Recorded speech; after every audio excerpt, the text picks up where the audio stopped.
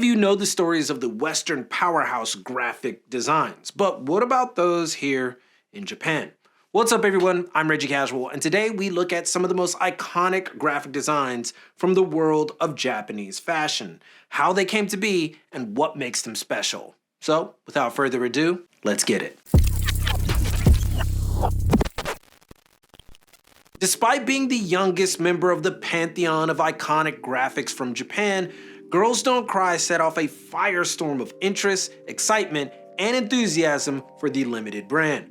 Verdy's inspiration behind it was a message to his wife in that he always wanted to see her smile, and thus the iconic Girls Don't Cry brand was born. However, it's not just a simple name. Verdy, a student and trained graphic designer, carefully crafted this design to not only celebrate his wife, but also use familiar design elements to make it easily recognizable. The Girls Don't Cry design is actually a modified version of the ITC Bookman font and was made to take the shape of a heart, further attaching it as a symbol of love for the designer's wife. The design became hot almost instantly and found itself on tees, hoodies, coats, and other accessories and clothing to huge fanfare. You basically can't get a piece without paying cash.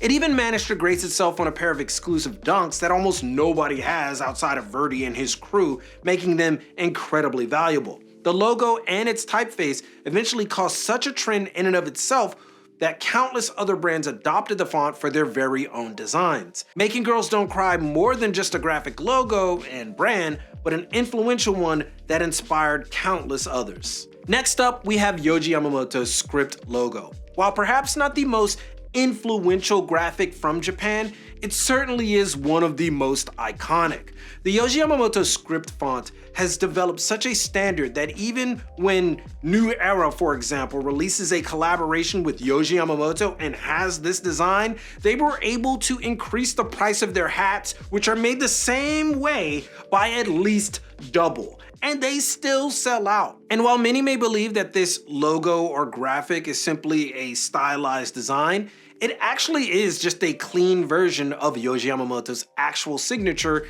in English, which means when you buy anything that has the graphic on it, it's actually a part of Yamamoto himself. Its cursive design also exudes the sophistication of the Yohji brand family and is almost a must-have for any enthusiast of dramatic Japanese fashion design.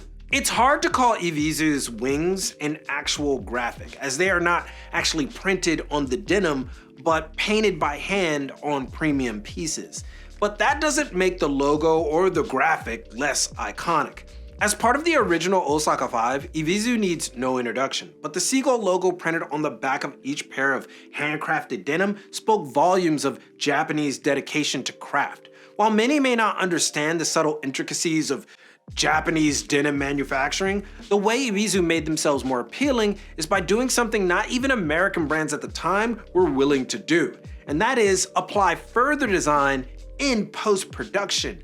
Since then, Evisu and its logo has become a symbol of Japanese design culture and craftsmanship. And while it doesn't hold the same gravitas as it once did, it certainly was a huge part of the late 90s and early 2000s styles. At one point, it was as synonymous as Bape, and the two were often seen being paired together by anyone who can get their hands on Japanese fashion outside of Japan. That said, the wings is one of the most iconic images from Japanese fashion and continues to be years after Evisu's heyday. But renewed interest and popularity may change all that. But before we get into the rest, let's get in a word from our sponsor, Squarespace. A big part of fashion is community, and building a fashion brand or any business requires a strong one. That's why using Squarespace for your new website might be the way to go. Besides being packed with great website templates, built-in SEO and analytics, Squarespace's new members area make it easy to create, foster, and grow a community of true fans. Give back by giving members exclusive content, discounts, and much more, all while monetizing your business.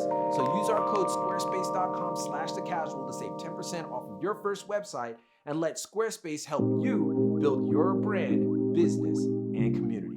For many Westerners, Mastermind's skull and crossbones logo may seem unimaginative. And that's fair, considering how iconic skull and crossbones are in Western society. It's not surprising, nor is it even that exciting. But in 1997 Japan, Mastermind became the pioneer of what we now know as luxury street. In fact, brand runner Masaki Honma was so intent on making Mastermind iconic that the logo that we know today wasn't even conceived when the brand officially launched. He didn't even have a logo, but he launched it. And even though the actual symbol of skull and crossbones is as iconic as it comes, story has it that Honma went through thousands of different iterations before settling on the one we know today, that is the Mastermind Japan skull and crossbones. This steer towards a luxury type of street fashion made Mastermind one of a kind, and as a result, the skull and crossbones logo was such a definitive symbol of the brand's premium status. Instead of being viewed as derivative and unimaginative, it became a symbol of high-end fashion for a new generation of young, rich fashionistas who primarily lived in Hong Kong. It's the truth. It just super popular there. Mastermind essentially became the forerunner of brands like Hood by Air, Off-White, and Fear of God, and set a standard they would match almost 20 years post. The logo itself also became a symbol that no one could mimic thereafter, and has since sealed its place in the pantheon of modern fashion graphic designs. The CDG Play Hard is among one of the most recognizable icons in all of fashion. Adorned by high fashion as well as street enthusiasts alike, the quirky, playful, pop art inspired design is at the core of CDG Play's more approachable market and entry-level price point.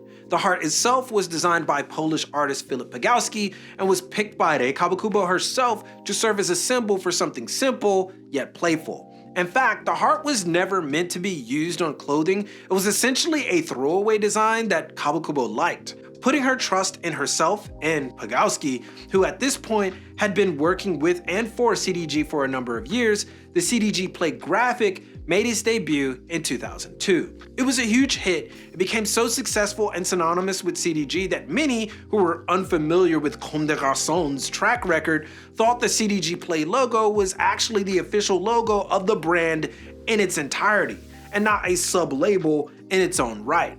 That would change over the years as Play would become its own entry-level brand into the world of Comme des Garçons, and has most famously donned the side of Chuck Taylor's to critical acclaim. And having a slew of other collabs under its belt makes it even more iconic. But while the design is synonymous with CDG, a fashion conglomerate based in Japan and France for that matter, this one certainly has to be attributed to the Poles, or the Polish, or Poland, as without Filip Pagowski, this graphic wouldn't even exist. For many streetwear fans, and I know you've been waiting for this, the BAPE logo is perhaps arguably second only to Supreme's box logo as being the most recognizable logo in the genre of street. Sure, Stussy, Fresh Jive and Thrasher, Benny Gold, that should all be up there. Cross Colors, yeah, that should all be up there. But as far as influence and how far the game of street has come, few brands have been as influential as BAPE.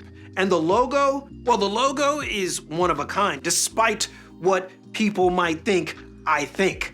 Designed by, once again, the enigmatic Skate Thing along with this time Nigo, the BAPE logo continues the Japanese graphic design tradition of simple, flat design mixed with the wabi-sabi elements of perfect imperfection. By all accounts, and just based on design principles, the BAPE head logo is a beautiful mess. One look at it and any trained graphic designer can certainly tell it was made by a person learning how to graphic design. But at that time, 1993 to be exact, it was okay to be this raw. In fact, that was the appeal. It wasn't highly designed. It wasn't even serious. It was a design that spoke to a new generation of fashion and culture adopters. As Jun Takahashi so eloquently put it, this was Generation FU. The BAPE logo, or BAPE head, is the epitome of that message. We don't need to be perfect. We can eschew tradition, and guess what?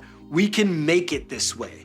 The BAPE logo not only defied conventional design, it expanded it, and eventually even inspired simpler design out west when it came out. Soon, logos would become the centerpiece of street, and in large part due to BAPE's unparalleled success. And since then, Bape has collaborated with more brands than you can count, and its logo continues to be a symbol of street fashion globally. Perhaps the most striking design on this list goes to the art legend Murakami, another one that obviously should be on here.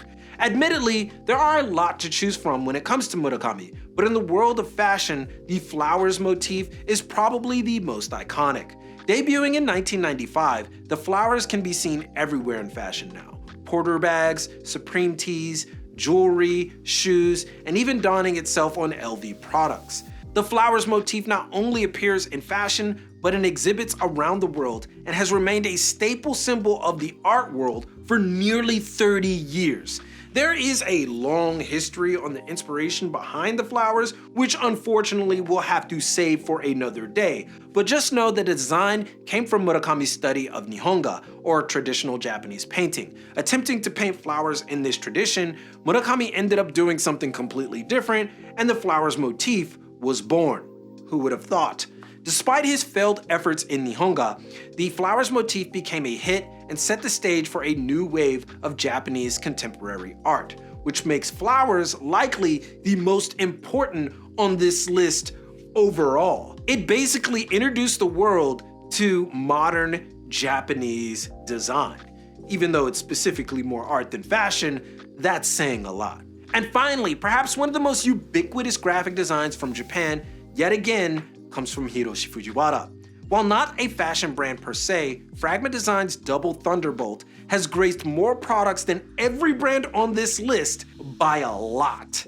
Maybe Murakami can stand toe-to-toe, but the money is certainly a better bet with Fragment Design. However, the Fragment Design logo used to actually be on a brand. That brand was a venture thought up by Hiroshi Fujiwara and Stussy, dubbed Electric Cottage. And it was on Electric Cottage that we got to see for the first time the Thunderbolts on a piece of clothing.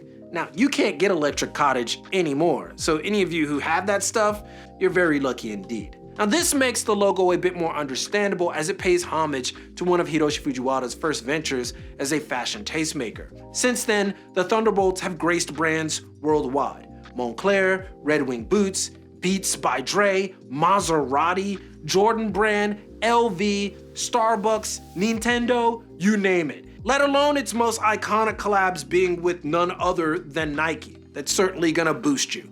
Make no mistake, Fragment is a worldwide brand, and its symbol, those Thunderbolts, are as iconic as they come. Not only that, but it's like a seal of approval, an approval that is co-signed by the godfather of street himself, Hiroshi Fujiwara. And as such, would be a disservice if we didn't give him and those Thunderbolts the coveted top spot on this list. So, with that said, that's it. But of course, there are way more iconic graphics in Japanese fashion. How about telling us some of your favorites in the comments below, or let us know what you believe should have made the cut. Was I wrong? Were we wrong conceiving this list? Whatever, put it in there. At the very least, if you like this content and want to see more like it, drop a like, sub, and turn on notifications. But most importantly, keep it locked right here for all of your info in international fashion, culture, and business from Tokyo. It's your boy, and keep it casual. Yoroshiku onegai shimasu. And I will see you guys in a minute.